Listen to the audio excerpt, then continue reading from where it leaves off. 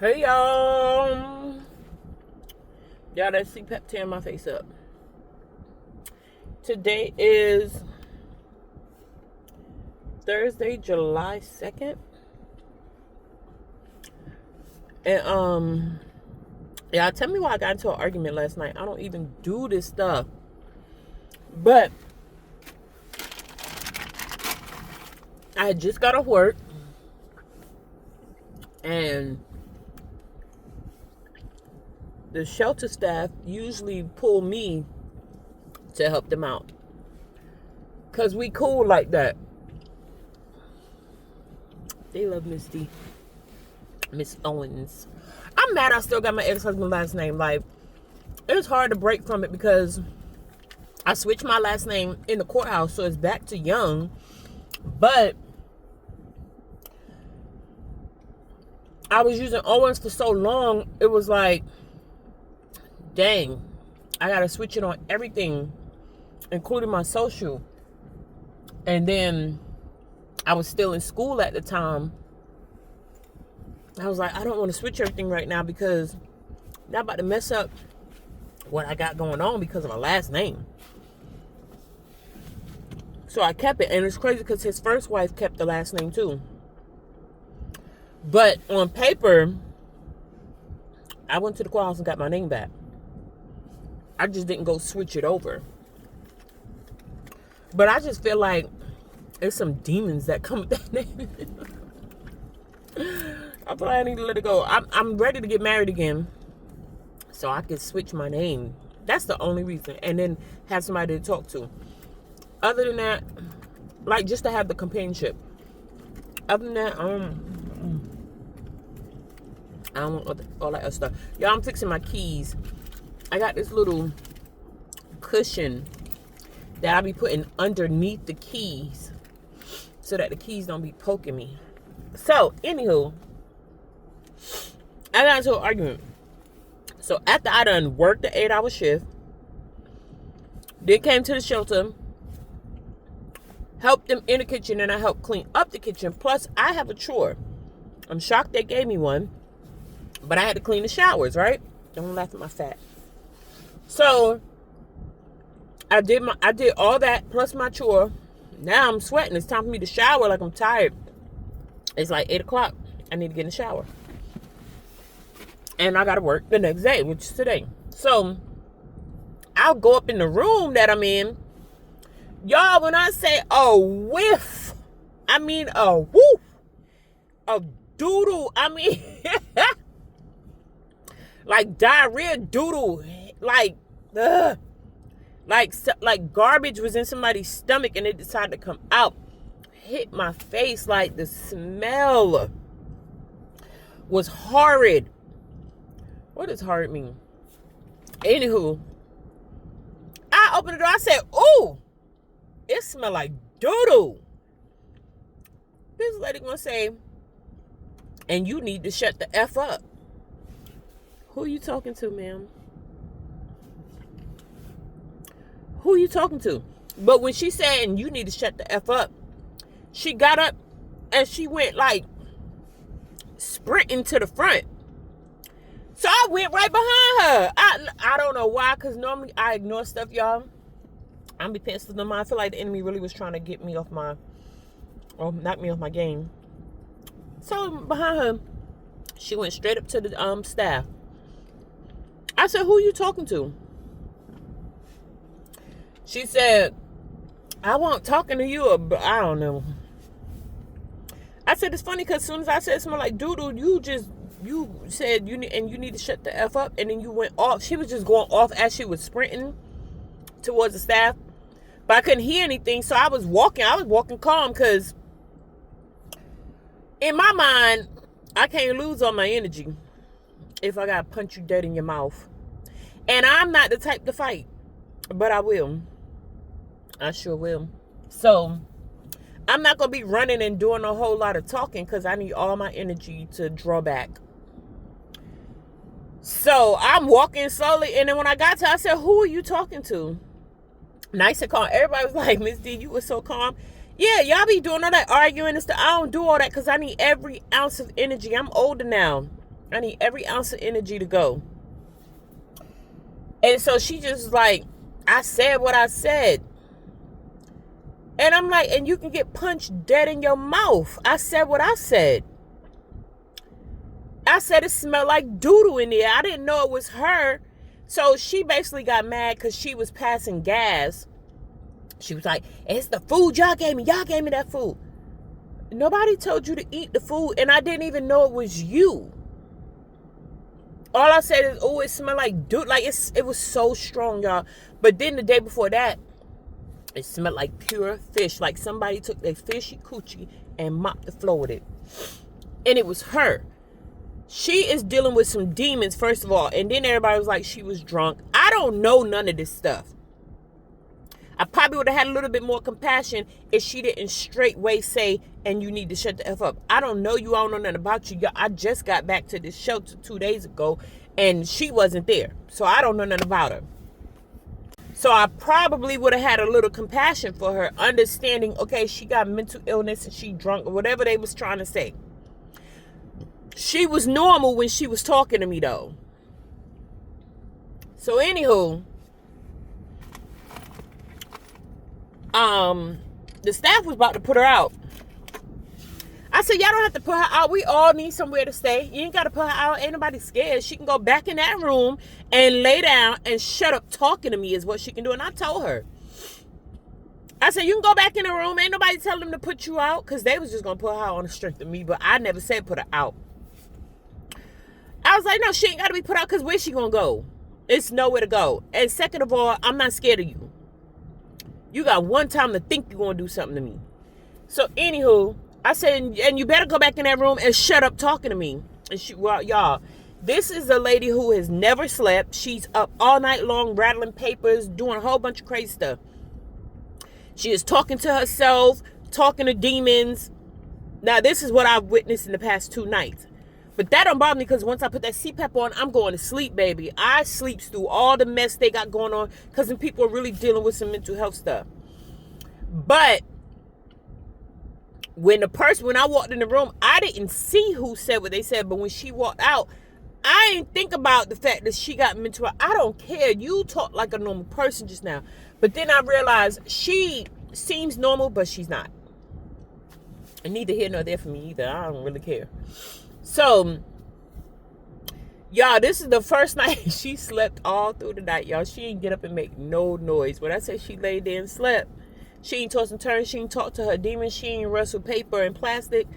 She slept. So, when I got up and left this morning, one of the girls got up to use the bathroom. She was like, she slept all night. And did. Shoot. But anywho, y'all, why I had a dream that it was my birthday, and I turned 48, and I was dressed like a little girl. I had on pink. I had pink hair bows and a pink dress on. I don't know what these weird dreams be about.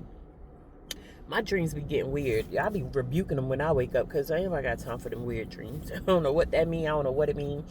And people were singing happy birthday to me, and I'm like, okay. Anywho, it's time for me to get myself together for it, which I got myself together. I don't really,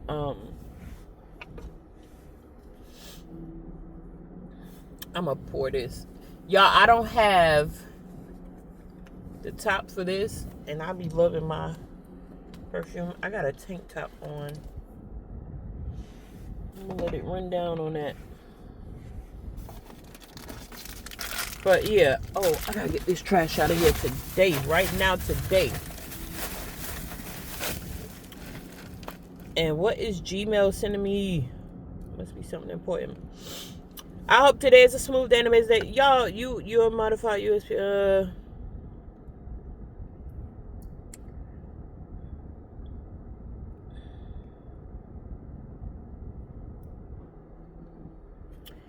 Y'all got paid yesterday and paid all the bills. The ones that was due. I'm eating hot chews first thing in the morning. I don't know, I just need something on my breath that smells good. Brushing, when you wake up and brush your teeth, it's like you need to eat something right after. Toothpaste, I don't know, it stinks. Should I keep my McDonald's cup so I can go get some free ice? I think I'm gonna do that. After brushing your teeth, your breath still be kind of, I don't know. It don't be stink. It just be like a dry saliva smell. It don't be fresh and minty. So anywho, we're gonna go ahead and knock this day out. I got 2 more work days. I'm off Sunday. And then Monday starts my new schedule, which I'm happy about. I ain't gonna lie. I get to sleep a little longer. Because this morning I was like, man, I don't feel like getting up. And then everybody talk about how the afternoons, how they barely have any trips. So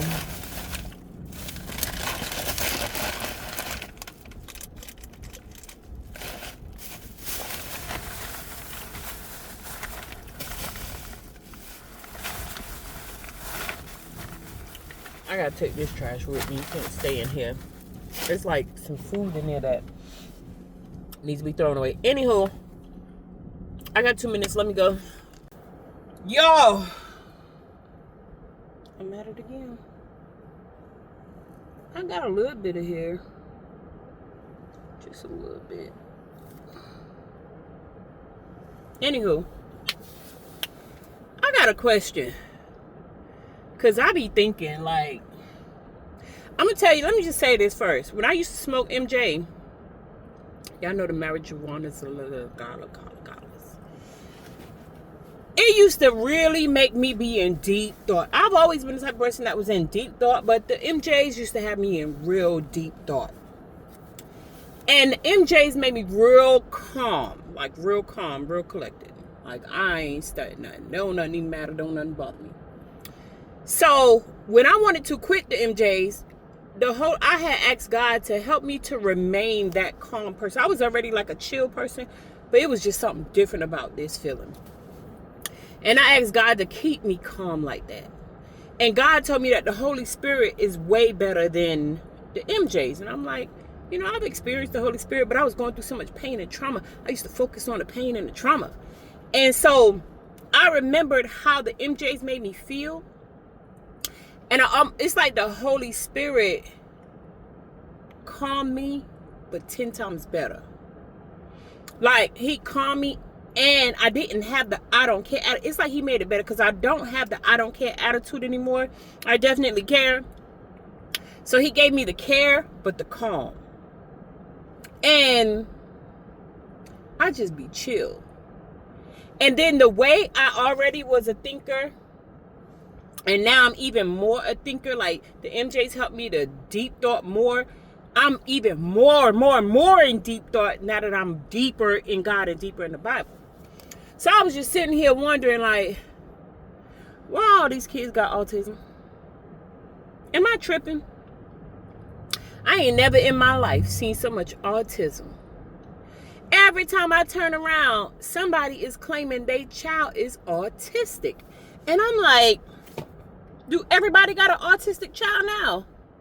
I'm not even being funny. I want to know what is in the water, because everybody got an autistic child now. I ain't never seen so much autism in my life. And I've worked around, the mentally challenged, or whatever you want to name it. I've never in my life. And it even be kids who really don't have autism. I feel like it's the way the parents are parenting that's making them kids like that. And they just claim autism. Like, what would possess you to just speak that over your child without really seeing how your child is in life for real, or watching your child excel, or even getting a diagnosis? Like, you just gonna say, my child on the spectrum. That's crazy to me.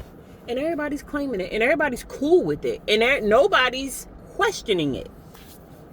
Is it in the Kool-Aid? I don't drink Kool-Aid, but it could be in a Kool-Aid and sweet tea and a lemonade, because everybody drinks Kool-Aid, sweet tea, lemonade, Pepsi, or Coke. I don't know, Sprite or Mountain Dew. But y'all need to check into that. Anywho, I just got off work. I'm waiting to go check my mail. It is 2. We can't check our mail till 3 o'clock. Y'all, I am a little exhausted. Oh, I'm also re-braiding my hair again. This is a different batch, but re-braiding my hair again. Trying to find my other phone. Here it is. Because I just don't have time to go to the African. Y'all know I'm thugging it out. Well, it's $2.50. And y'all, I was looking for a black nail salon in Raleigh, North Carolina. Nobody pointed me in the right direction. So yeah, I'm going to the Asians. I don't care what y'all say. I tried. And nobody responded. So yeah. Y'all, I bought some luggage. I want to show y'all. Don't talk about me. My car is a mess. I got that. It's, y'all probably can't see. I'm trying to show y'all. I don't know if y'all can see back there. If y'all can see back there, then y'all saw my big old mess that I'm about to clean up. It's too hot to get back there to clean up. But I got 2 of those red ones and then a small blue one. And y'all, when I say I need to get this mess up out my car, I need to get this mess up out my car. But I've been working. I've been working so hard, y'all. I'm doing so good. I'm so happy. I'm so proud of me. And it's crazy because I don't really got nobody to like pat me on the back, and that's cool. But it's like, dang, at least one person could be happy for me or tell me they're proud of me. I don't ever get that, but it's all good. I be wanting it though every now and again, like, dang, one person. But yeah, I'm 48 years old. I shouldn't even be looking for stuff like that anymore. But you do. You do. I do. Oh, and the Lord was showing me why he has me by myself. Y'all, because I used to really be like, what in the world is causing me to always end up by myself? Dang, I was sweating. My whole shoulder wet. It don't smell like that. It smell like shea butter and cocoa butter. You find out black folks be sweating shea butter and cocoa butter. But, oh. There was 2 things I wanted to say. I forgot the next thing I was about to talk about. But this is the next thing that was in my mind. Pre-trib and post-trib. I'm so sick of all these churches not being sure. Like, does anybody know God's word for sure? Because I don't know not one church that is guaranteed 100% proof of pre-tribulation or post-tribulation. But let me tell you how I feel. What I think, this is just my opinion on both of them. I don't know if it's pre-trib or post-trib.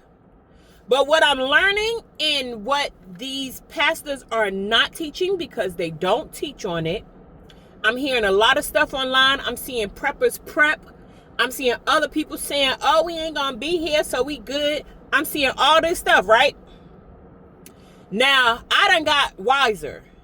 And then I also see, okay, the preppers can prep, but the homeless just going to be stuck. And I'm asking God, I'm like, okay, what's good, Lord? Because I ain't quite understanding, because I'm a part of the ones who cannot prep. When I had my place, I was prepping. Then I got thrown into this situation where I cannot prep, but I know I'm about to be in a situation where I can prep again. So, but my concern is going to be for others too. Like, you know, I'm prepping what's going to happen to them. If the Lord allow me to live long enough to, you know, do it. So, with that being said, sorry, I had to blow my nose. I ain't blow my nose all day. With that being said, help me understand. If pre-trib is true, then there's going to be some Christians that's going to pass away and they're going to make it into heaven. And they ain't going to have to worry about this, right? But there's also going to be some Christians who call themselves Christians who going to die and go straight to hell because you really ain't saved. You still living in sin. So pre-trib, post-trib don't even matter, because you weren't ready to begin with for whatever's coming. You ain't even saved. You calling yourself a Christian. That's number one about pre-trib. Post-trib. And I'm not done with pre-trib. Well, yeah, I'm done. No, I'm not done, but I'm going to come back to it. Post-trib. If you Christians, us Christians, gonna be here, how are we preparing for the tribulation and the persecution? A lot of Christians don't pray. A lot of Christians don't read their Bible. There are people who call themselves Christians who are not saved. And even the strong ones, it said if it were possible, even the very elect can be deceived. How are y'all preparing? How are y'all preparing others? And then all this prepping, what happens when it runs out? What happens if somebody find out and decide to raid your house? Don't get me wrong. Now, if God is going to cover you, He going to cover you. But in my mind, it's like, I know the Lord going to take care of me. I ain't worried. But you got to have some strong faith. And then the pre-tribbers, y'all don't be just a tad bit concerned that maybe I need to prepare for tribulation. What if you end up going through tribulation before you die? Even if you were pre-tribber, before Christ come back. Like, it just be, I told y'all, my mind be thinking a lot. The wheels be spinning. And I'm just like, yo, Christians really out here. And then the pastors, they not really teaching on none of this. Because they really don't know themselves. What can they tell you? Oh, this is going to be pre-trib. And then this one say, oh, it's post-trib. Now everybody just confused. God ain't the author of it. Why not just be prepared? Because if I had to teach on this, I would say, let me tell you something. Be prepared for yesterday. Because you could have died yesterday. You preparing for pre-trib, post-trib. You ain't even prepared to die. Because you might end up in hell because you still living in sin. That's my whole thing. That's my whole take on everything. Prepare your faith. Like, build your faith up. Build your knowledge of the word up. What if they took Bibles away for real? Build your knowledge of the word up. Get one scripture if you have to and memorize it. Pray, like really pray every single day. Like really start to get close to the Lord so you can hear Him tell you if you going to be in pre-trib or post-trib. Like, it's bothering me. And I just inquiring minds want to know.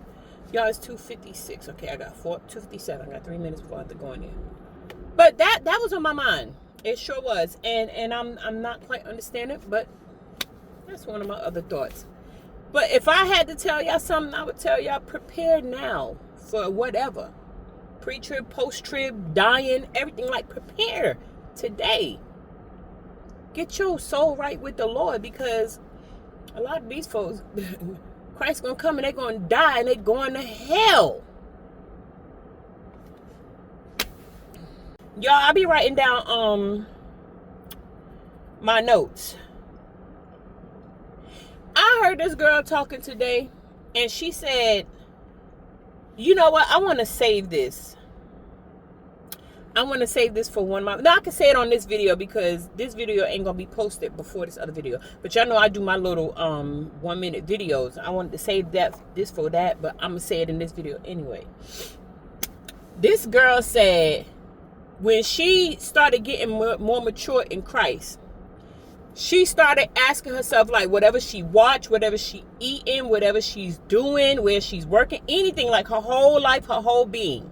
From the time she wakes till she go to sleep, she asks herself, is it building me for the kingdom or is it breaking me? Boy, when I say I caught that in the spirit, I said, hold up. I need to start asking myself that, no matter what it is. Is it building me or breaking me for God's glory? So, do with that what thou wilt. But I know I'm going to wake up every day. When I wake up, I'm praying. I'm talking to the Lord first thing in the morning. And then after that, anything else, is it building me or breaking me? I just thought that was something amazing to say. Like, wow. Because if I was younger, I really wish I would have thought that way. Is it building me or breaking me? I would have been got rid of a whole lot of people and things and places and stuffs. And then, y'all, on this same video, I'm going to talk real quick. I got 1 minute I got to go in here. About the Ovid-K 19A. Ovid-K. Y'all know about that. And getting the injection. I remember when the Ovid came, and everybody Overcare Auntie Nay. Y'all know what I'm saying. Y'all better learn how to speak Pig Latin. So when that came, I was like, man, I ain't falling for that. I ain't falling into that. Every time all them people passing away and all this extra stuff, I was like, I'm not getting into none of that. And then I was, doing my little thing in the trenches. I was very much ghetto. I was in the streets. I was drinking, smoking, and doing all the other stuff. So I'm part of all the festivities. Yes, I was. And so we didn't care. Us that was outside, we did not care. We was outside. We ain't starting no injection. We no roll up. That's all it was about. Pass the drink. That's it. So the pipe, whatever. Listen. We listen and we don't judge. No, we judging. Dang that. We judging. So anywho. So I didn't take no injection. I was like, I ain't fooling with that. And I never got Overcare Auntie Nay. I never got it. And so I remember my doctors mentioning it, and they didn't even mention it to give me the injection. They was like, oh no, you can't get the injection. Just know you can't get it. And I'm like, why? Not that I wanted it, but they just mentioned it. And because I still took care of myself even though I was out there. And they was like, because you got heart palpitations. They were saying you got heart problems, you got a heart murmur and the palpitations, you can't get it. So people who had heart problems, they was not allowing them to get that injection. So I was just sitting there like, first of all, the palpitation, I was born with a heart murmur, but the palpitations came right before Overcare Auntie Nay. I mean, literally like a couple of months right before that stuff hit. And I said, God, you funny. You actually prevented me from getting that stuff. And the reason today, after hearing this other lady and this guy talk, y'all got to go to that We Need to Talk podcast. That stuff, some of that stuff you just got to kind of like, let it fly over your head. But a lot of that stuff you really got to like, oh, wow. Something itching me. So anywho, this lady was talking about what it does to your DNA. It's changing your DNA and all this other stuff. And I believe it. I promise you I do. It's like my spirit felt it. Like, yep. So, after she said all that she had to say, y'all go watch it. It helped me understand why God prevented me from getting that. Not that I would have gotten it anyway, because I won't feeling it. I was like, I ain't fooling with the government and that foolishness, man. They can go somewhere, and I ain't got enough injections in my life. I don't want no more. But I was just sitting here today thanking God how he prevented me from getting that. He really blocked that. Because it also was a thing where it's almost like they was making it mandatory. And I was like, my doctor said I can't get it. So it's like, even if I rejected it and they was trying to make it mandatory, I was one of them ones where they was like, nope, she can't get it. So it's kind of like one of the things where I've had clots in my renal vein before, so I can't get HRT. But that's just my choice. Anywho, I just thank God. Let me go ahead and check my mail. Ooh, y'all. They said it felt like 101 degrees out here today. But I wanted to come up here and tell you, because I know this is going to be a long form video, that I'm going to say, I'm going to use it, some of the key points in my short video, my shorts. But I need to come here and talk about this, because I feel like bumping my gums while I head into the shelter. Y'all, the day was closed. I couldn't check my mail. I'm so mad. Maybe that's what's holding my registration up. I need my registration. My registration went out July. Today is July 2nd. But somebody said I'm good for this month. So we'll see. Anywho, it's nothing I need to do right now. I'm just going in. So I was sitting there thinking about all the red flags that I saw before I said I do. And I wanted to share some of that with y'all. So let me just go ahead and get into it. First things first. I met that man on the chat line. Y'all remember Quest Personals? Oh my gosh. I met that man on the chat line. I sure did. And I'm not saying you can't meet your husband on the chat line. You can meet people wherever. But I knew chat line bling was not it. Second, when I met him, he would move, and I'm not saying he's gay at all, but he had feminine ways. Like, he would touch his eyelash like this. It was just little stuff he would do with that was just very feminine. Thirdly, He did not know how to dress, and I know how to dress.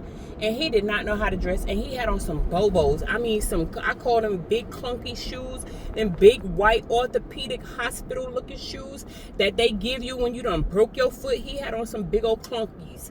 That's what I call them. And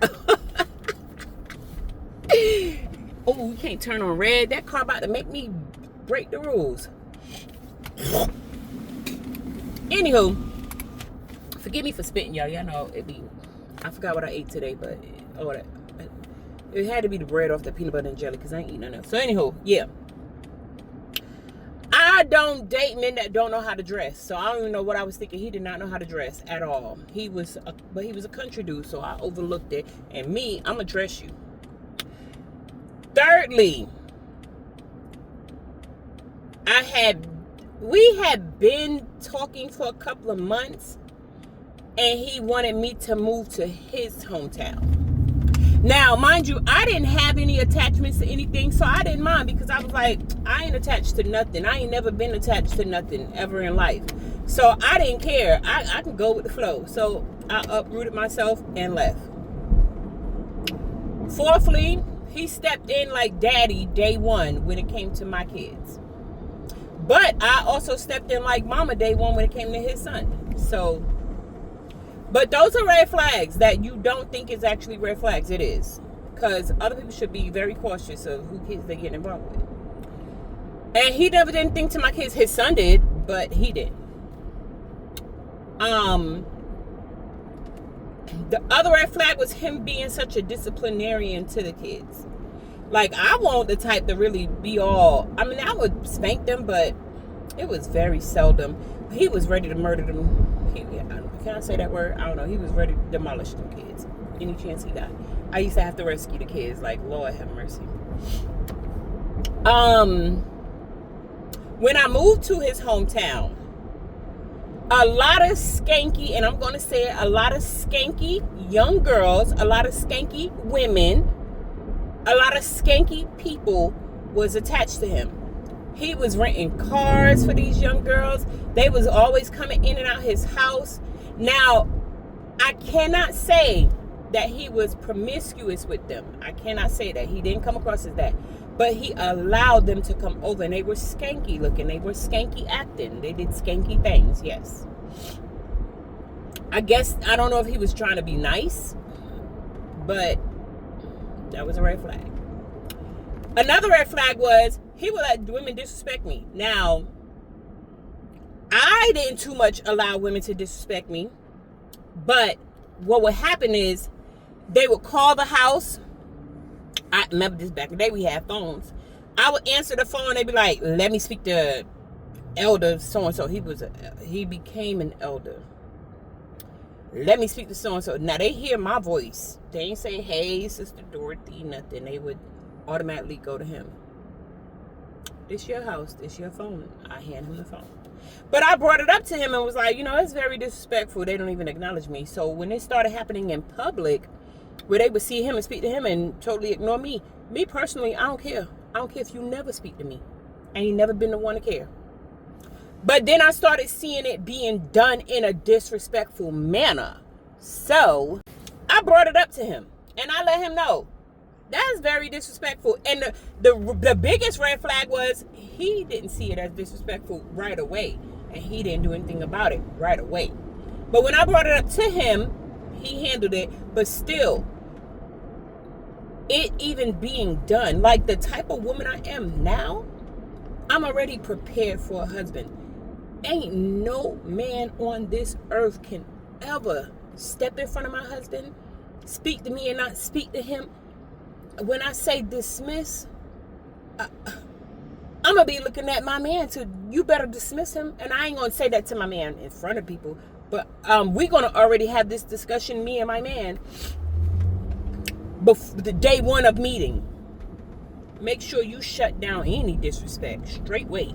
You can grab my hand and we can walk away. You don't even got to because I don't want no man that's going to be, causing problems. I don't want you fighting or nothing like that. But if you grab my hand and say, let's go, we out, bye. And whoever that was can stand there because you're not going to ever disrespect me. No, never. Anywho, the next set of red flags. It's a whole bunch of them. When I used to try to pray, because we Christians, right? I would want to pray with him. He didn't want to pray with me.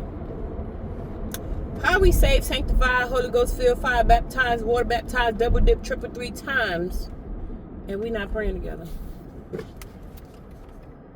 That usually works, but it ain't working right now. So no, we didn't pray together. Another red flag. He told me, and a lot of people tell me this when I'm trying to do right. They say I think I'm better than them, or I'm trying to be too perfect. That's what he told me. I think I'm better than everybody, and I think I'm perfect. No, I'm tired of consequences. I'm tired of sin. Yep. I'm tired of the devil getting the best of me, and I'm tired of the Lord whooping me. That's all it was. And I thought other Christians would understand, but no, they don't. They enjoy sin. They enjoy waddling in their sin. They enjoy being in sin, and yeah. What else? Oh, right before we got married. Oh, wait, let's talk. Yeah, before we got married. Well, let me mention this and then mention the other thing. When it was time for me to get dressed to walk down the aisle, which was his sister's yard, which they decorated it pretty. I can't even front. I forgot my shoes. I promise you, when I said the Lord didn't want me to go down that aisle, he kept giving me flags, and I kept saying it, green, green, green. They was all red. But before that, how he proposed to me. We was driving, we was pulled up at the gas station, and he was like, "You want to get married?" And I was like, "Yeah." He was sitting in the driver's seat, I was sitting in the passenger seat, and he just said, "You want to get married?" And I was like, "Yeah." And that was it. No ring, no get down on your knees, no nothing. And that was the end of the conversation. We didn't celebrate, wasn't happy, or nothing. Like, what? And I accepted that. Red flag all day long, because a real man that really wants to marry you and want to be with you is going to make a big deal of it. Next, red flags after we got married. There was probably more before we got married. Oh, well, before we got married, he didn't want me to have no friends. I was already not close to my family. I already didn't have real friends, but I had people that I would speak to. He had me cut all them off. He actually had me cut off a really, really good friend that was a friend of mine, and I still regret it to this day. But, I asked God for forgiveness. I feel like she forgave me. I kind of wish that me and her could be back friends again, but the damage was done. And I'll tell you about that. But, anywho, yeah, he made sure I was by myself. But I've always been a loner, and I was always by myself. So I'm looking at these things like I've always been this way, so it's nothing to me. But no, he was purposely doing it. After the marriage, y'all, we would celebrate every holiday, every birthday, every Valentine's Day, every anniversary with his whole family or the church. Never by ourselves. Never. Nope. And he didn't do anything special for my birthday, but I would go all out for his. Yep. I remember, oh man, we put together a whole big old shindig, because he had a twin sister, so we always had to celebrate his birthday with her, which was cool. But there's going to be times where y'all know y'all got to separate a little bit, right? Especially when y'all get married. And then she would separate herself, but he wouldn't separate himself from her when it came to me and him. But when it came to her and her man, she definitely would kick her brother to the curb. Sure did. Anywho, nothing against any of them, but that's what I noticed. Another red flag. Red flag number 5,681. He didn't like for me to do nothing for nobody. When I say nothing nice, I'm a giver. I'm the type of person, I want to see you look nice, dress nice, feel nice, all that. Like, if I'm in your life, oh, you're going to be all that. I used to do people hair for free. I would do your toes for free. I'd buy you jewelry, not real jewelry, but remember the little 99-cent costume jewelry, the colorful? They had orange and green and yellow and blue and all the nice colors. And we all used to go to the hair supply store and buy the little jewelry. He wasn't feeling none of that. I remember me and my homegirl got together, took our tax money, and did something for the young girls in the church. I did all of their hair. We got all of their nails. I think we got their nails done. I'm not sure. I know I did their toes. And we went and bought them all outfits. And it was just a cheap little outfit from Rainbow. It was not nothing big, but it was nice. And we had them all looking nice. And we took them to this free show. I think we paid probably $10 for the tickets, if that much, or it was free. It was Cinderella at the college. And I still have the pictures to this day. And, we had paid this young girl to do their hair. That's what it was. Remember the cornrows that would go to the side? We paid this young girl, Sade, we paid her she only charged us $10 to do them braids, $10 or $20. And we paid her to do some of their hair. I think a few of them I did their hair. But yeah. We didn't spend, me and the girl together, we didn't spend no more than $500 a piece. Now, mind you, this was 5 to 10 young kids. And we took them out to eat after. Y'all, they had so much fun. When I say that man got mad. I know we didn't even spend $500, but I'm just throwing them numbers out there. Less than me and her spending $500 each. He was so mad. Anytime I did anything nice for anybody in the church, or anytime the church treated me nice. There was this one lady, Sister Hope. Oh my God, Sister Hope, I love you. Rest in peace. Not Minister Hope, Sister Hope. Minister Hope is the lady that go to my church now. This was Sister Hope that went to church then. She was his armor bearer. And she would be my armor. He became a pastor, y'all. Don't tell nobody. I was not a first lady. But that's the title they would put on me. I ain't careful on the titles. But she would, man, when I say she was the best, she was the best. She would look out for me. Anytime anybody in the church wanted to look out for me, he was jealous. But he was cool when the women in the church would push me to the side or didn't treat me like I was a first lady, or basically all went to him. Another red flag. I helped him. I don't want to say I helped him build the church. One day we was just sitting down and he was like, he want to start a church. And the reason we started the church, because the church we was going to, the pastor of that church tried to holler at me and tried to invite me to a hotel. So I told him about it. So we stopped going to that church. So we started having church in our house. And then that Sunday, he preached to me and the kids.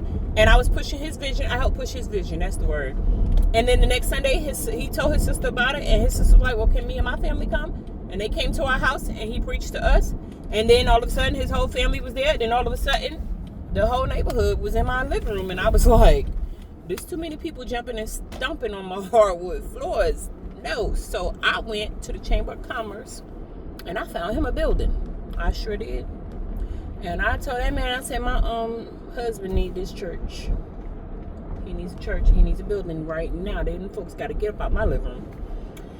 And that man gave him a building. Sure did. So he ended up ordering chairs and all that stuff. But when it came down to naming the church, I sat and helped him name the church. And on the front of the church, he put the name of the church and he put his name. My name wasn't on it. When we would file taxes, we would file separate. That's when, and I'm going to tell you right now, when I say the Holy Spirit spoke to me and said, you are claiming separation in your marriage when you file separate taxes. I said, oh. But I never said nothing, because anytime I try to bring anything up to him, it was a problem. So I didn't say nothing. But remember I told y'all he would get mad when anybody would do anything for me? Y'all, he got so mad. One year we didn't have it. We just didn't have it. We had it, but he would spend it on him. This joker would spend all my money because I was making more money than him. I was making $17 to $19 an hour. He was making $12. Yeah. And so I didn't have Christmas for the kids that year. So I was telling my mama. So my mama went and did Christmas for 4 children. My 3 and, 2 of mine, and 1 me and him had together, and then his 1. So 4 kids. 2 of mine that wasn't his, 1 that was ours together, and then 1 that was his. My mama went and did Christmas for all 4. My mama didn't treat none of them different. When my mama got them, she got his son too. My mama went and did Christmas for them kids. That joker came to the house and threw everything out the window. The tree and all. Y'all. Oh my gosh. Oh, I gotta tell y'all another story. So, and while I'm telling y'all this, I'm gonna get this food out my bag because I can't take no outside food in. This nutcase. I'm telling you he's a nutcase. I'm feeling like saying, Lord, forgive me.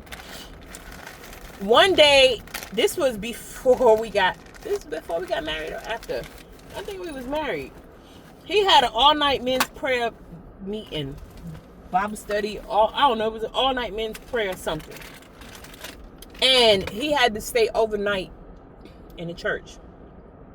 So me, I'm big and pregnant with our son. And I don't got no friends. I ain't got no family. I don't got nothing I could do. I used to play Pogo.com on the computer. Remember back in the day, we had dial-up.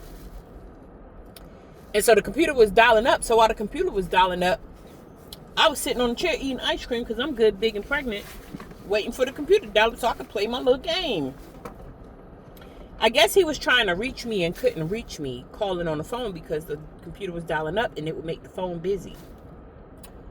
He's supposed to be at an all-night men's Bible study thing, right? This joker comes and kicks the door off the hinges.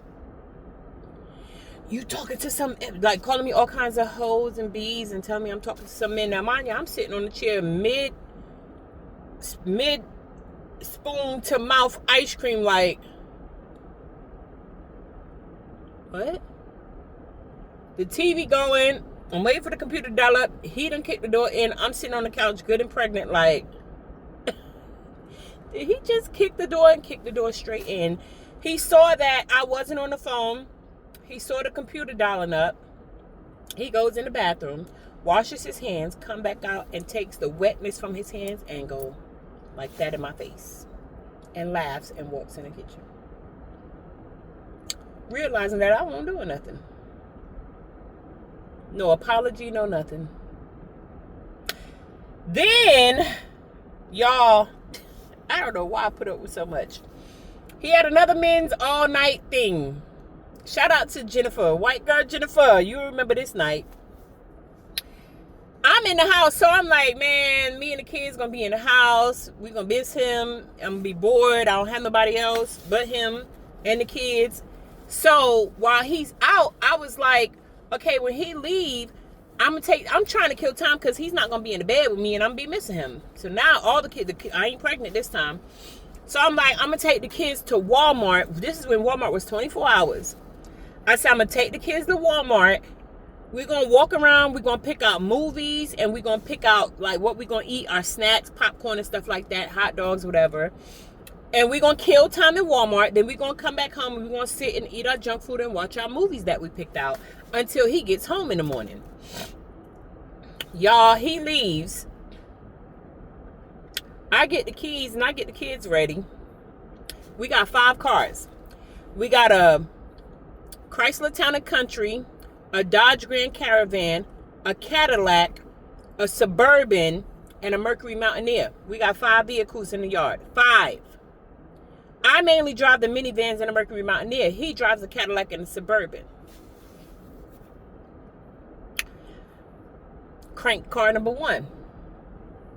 Dead. Crank car number 2. Dead. Crank car number 3, 4, 5. All 5 cars dead.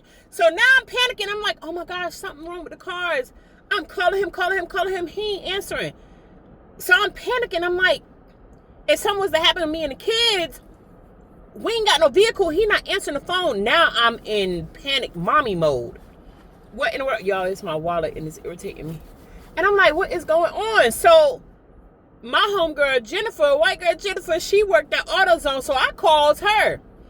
And I'm like, girl, what you doing? Can you come over here? Come check out one of my cars, because like at least one of them got to be working. I'm scared to like go anywhere now because I just need one car working in case something happened. Y'all, she comes and she looks under all the cars. This joker done pulled the fuse. This is when I realized vehicles have fuses.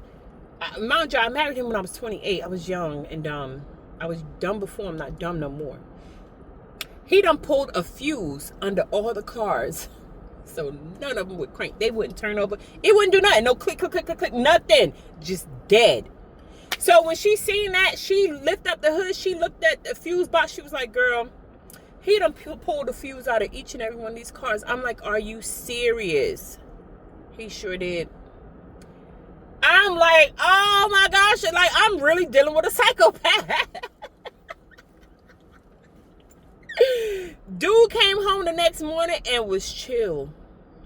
Like nothing ever happened. Was that the, yeah. Y'all, this next incident, I can't really, because God has helped me to forget some stuff, y'all, to the point where I asked God, how can you forgive and forget? And so he showed me. And so what he did was he allowed me to forget major details that actually would hurt me and penetrate me and cause me to cry and, have those feelings again. So certain stories I can't tell anymore because I don't remember half of it anymore. And that's crazy. But I asked God to help me forgive and forget. And so he did, so that I can really forgive people. So I can't remember major details at all. But I remember it being our anniversary. I don't know what happened. I don't know why it happened. But I know it was our anniversary. And he stayed the night out. He stayed the whole night out. I called my mom and them. Because we got married around Mother's Day. And Mother's Day is usually in May. May 3rd is my son's birthday that me and him got together. And May 25th is my daughter's birthday, not his child. And we got married on Mother's Day, so that was in May as well. So it was our anniversary. This joker didn't celebrate the kid's birthday.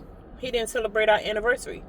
So my two sisters, mind you, my daughter's birthday is May 25th. My sister Sophia and my sister Sabrina both have children born May 26th. Then my sister Sabrina's birthday is May 18th.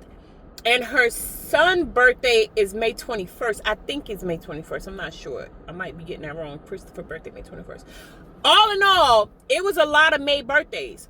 So my entire family is meeting up in Maryland to celebrate everybody's birthday. But me, because it's my anniversary, I'm staying in North Carolina.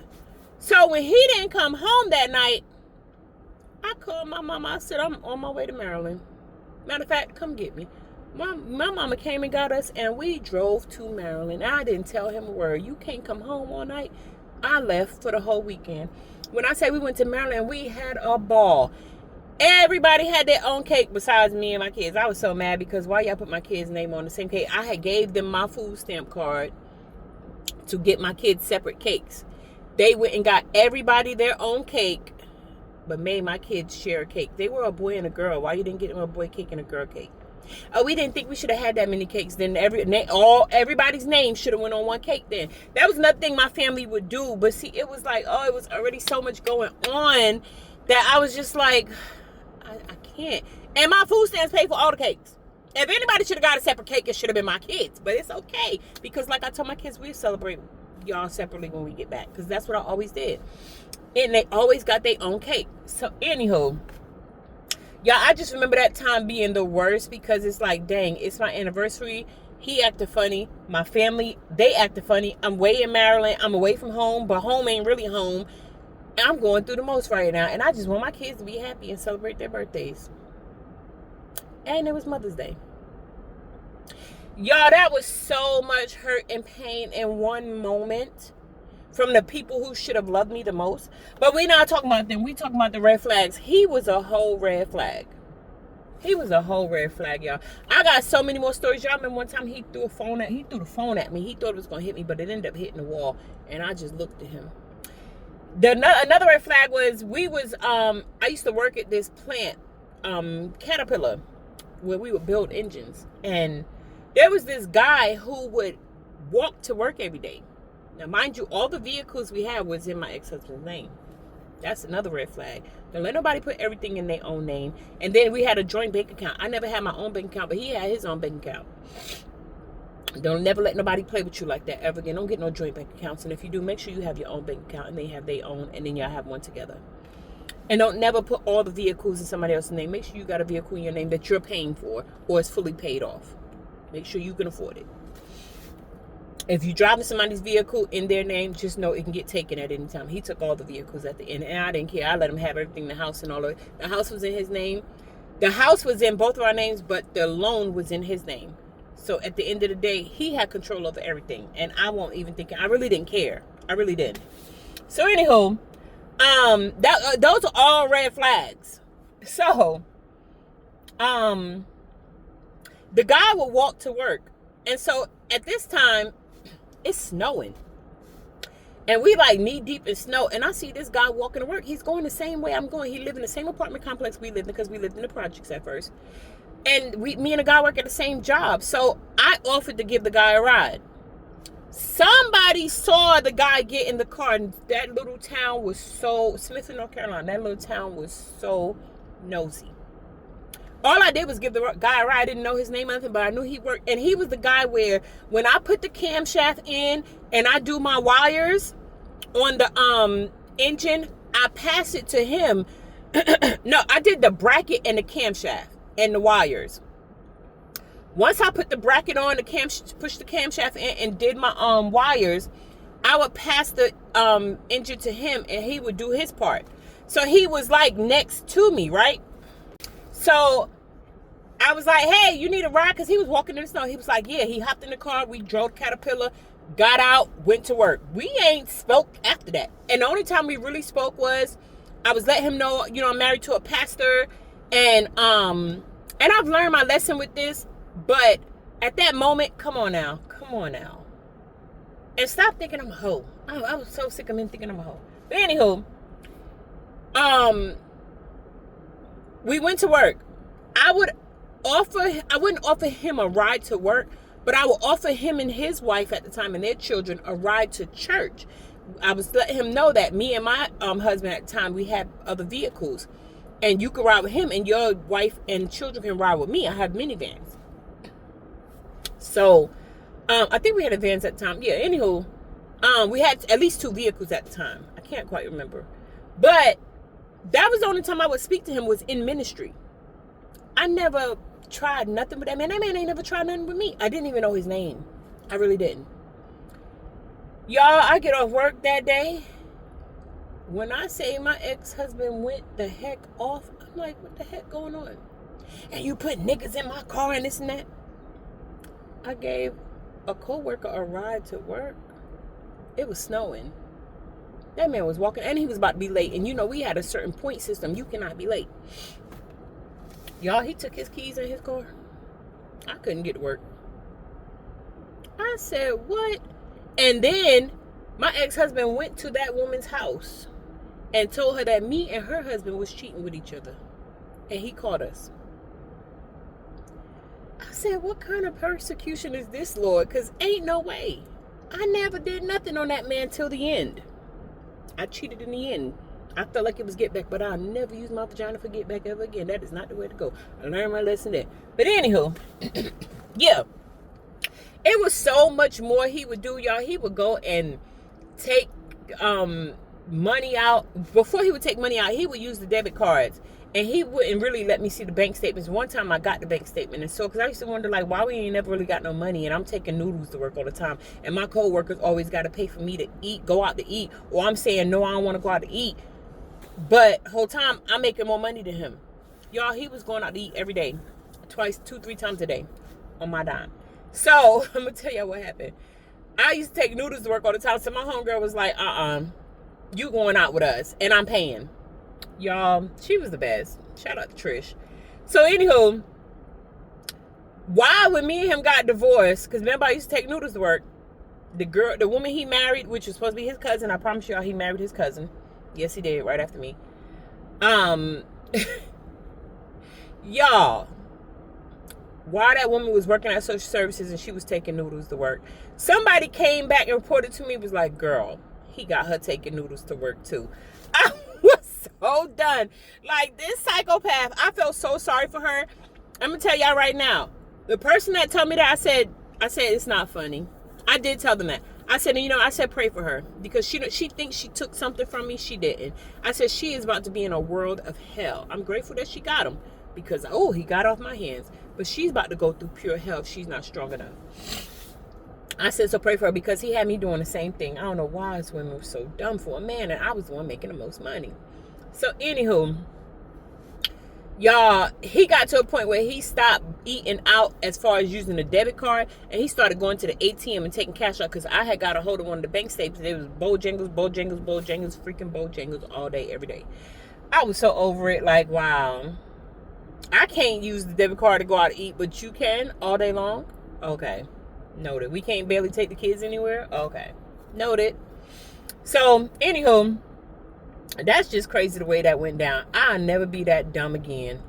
And y'all, I cannot remember any good moments.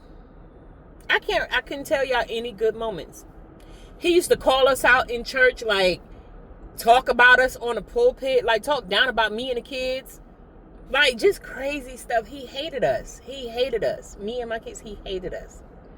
He hated his son, too. And that's when all the crazy stuff started happening in the house. The molestation and not him, his son. It was just too much. It was. He put a lot of pressure on everybody. I ended up cheating on him. And I didn't want to. I felt like I needed to get back. I felt like I needed to be free. I felt like I needed something different. And the crazy thing is, that man that I cheated on him with, that man was bringing me flowers, jewelry. He was treating me better, saying the stuff I needed my ex-husband to hear. And I fell right into it. And the Lord showed me when I was falling into that temptation. And I didn't care. I sure didn't. He didn't care how he treated me all the time. But after doing it, I felt dirty. I felt real dirty. And I was like, oh, no, I don't never want to get back again. Not my vagina. I get you back another way, but not using my vagina. And the sex was better than me and my ex-husband's. But regardless, it was still like, nah, we shouldn't be. I ain't doing that ever again. I never did that again. But yeah. Anywho, let me get in this shelter. I gotta make my other videos. But yeah, I'll be back with y'all probably in the morning, because once I go in here, I'm going to shower. I ain't coming back out.